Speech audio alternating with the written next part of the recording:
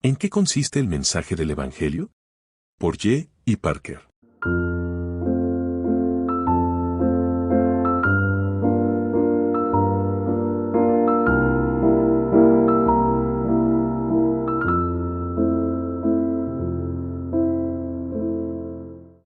En pocas palabras, el mensaje evangelizador es el Evangelio de Cristo y del crucificado, el mensaje del pecado del hombre y de la gracia de Dios, de la culpabilidad humana y del perdón de Dios, de un nuevo nacimiento y de una vida nueva por el don del Espíritu Santo. Es un mensaje compuesto de 4 ingredientes esenciales.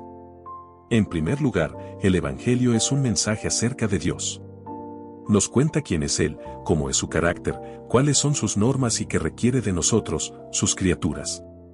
Nos dice que le debemos nuestra existencia, que para bien o para mal estamos siempre en sus manos y bajo su mirada, y que nos hizo para adorarle y servirle, para expresar nuestra alabanza y para vivir para su gloria.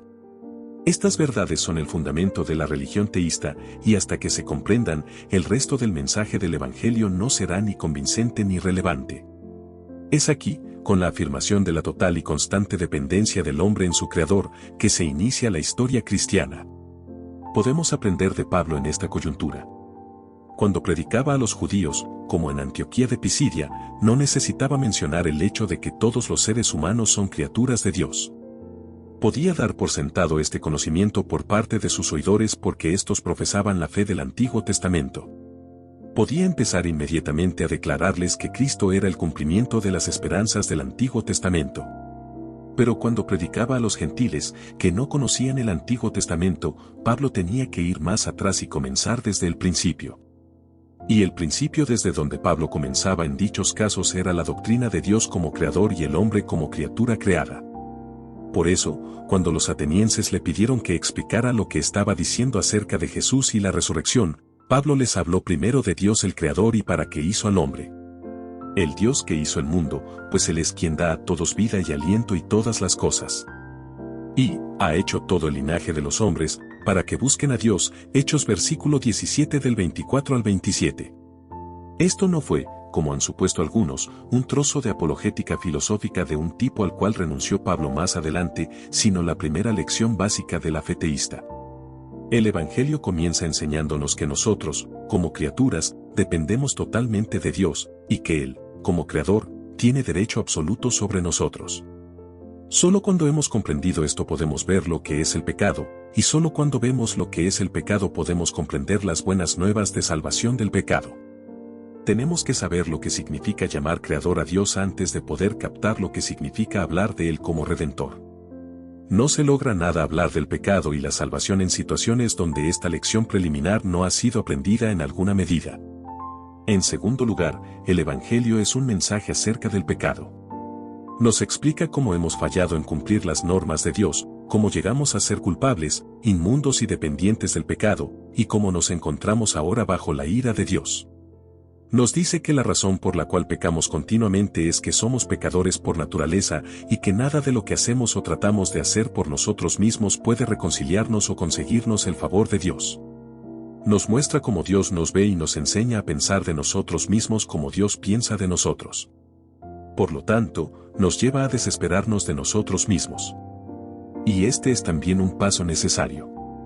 No podemos llegar a conocer al Cristo que salva del pecado hasta no haber comprendido nuestra necesidad de reconciliarnos con Dios y nuestra inhabilidad de lograrlo por medio de ningún esfuerzo propio. He aquí una dificultad.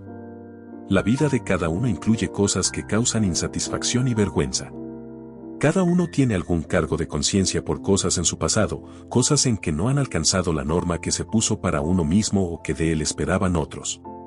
El peligro es que en nuestra evangelización nos conformemos con evocar recuerdos de estas cosas y hacer que la gente se sienta incómoda por ellas, y luego describir a Cristo como el que nos salva de estas faltas que cargamos, sin siquiera cuestionar nuestra relación con Dios.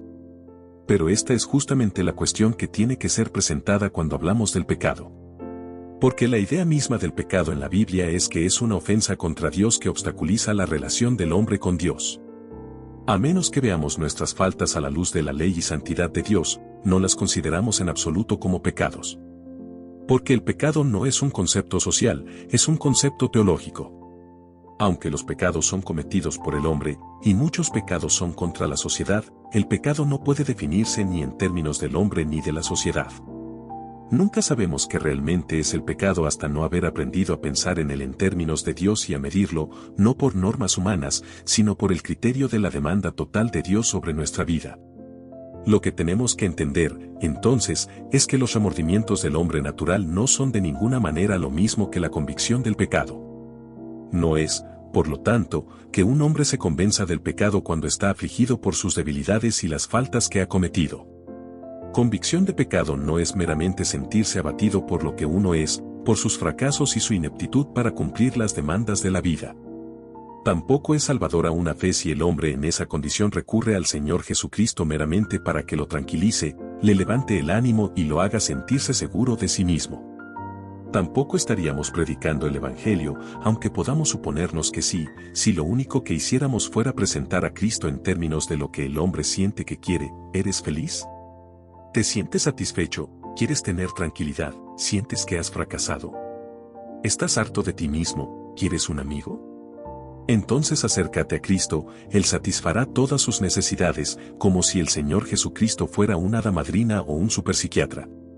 Estar convencido de pecado significa no solo sentir que uno es un total fracaso, sino comprender que uno ha ofendido a Dios, y ha despreciado su autoridad, le ha desobedecido y se ha puesto en su contra, de manera que ha arruinado su relación con Él.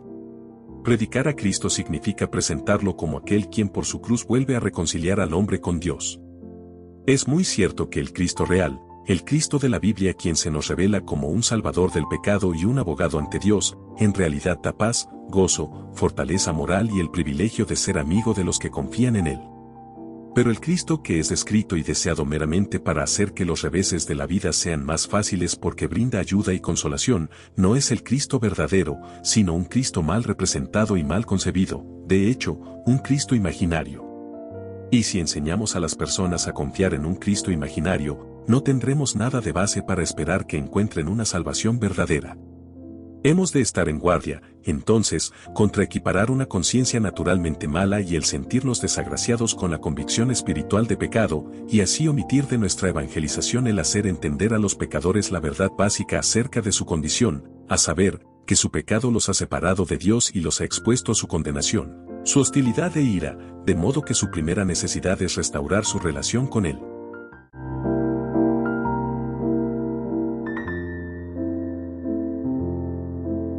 Podcast de Gracia es una producción de Faro de Gracia TLM, con la ayuda de chapellibrary.org, que distribuye de manera gratuita recursos para el creyente.